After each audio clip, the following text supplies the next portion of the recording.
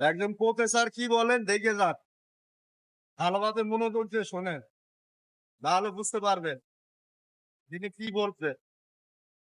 আমি কোনো মিথ্যা কথা বলি না, এখনো বলছি না।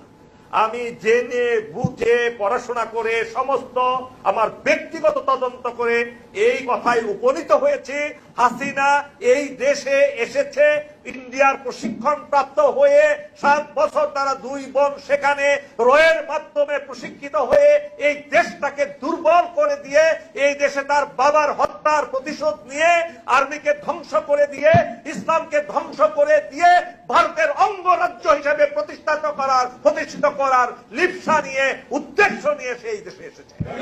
প্রফেসর ইউনূসকে সময় না দিলে এই রাষ্ট্রে শুধু সরকার বদলাবে, শাসন বদলাবে না, শুধু মুখ বদলাবে, হিংসা আর লুটপাটের কাঠামো থাকবে আগের মতো। এই প্রশ্ন একটাই, আপনি কি ভয় দিয়ে শাসিত হতে চান নাকি বিশ্বাসের উপরে দাঁড়ানো একটা স্বাধীন গণতান্ত্রিক রাষ্ট্র চান? উত্তর শুধু আপনার না, পুরো জাতির। এবং যদি জাতি ঠিক করে তবে এই ডিসেম্বর তাদের ডিসেম্বর হবে না, আমাদের হবে।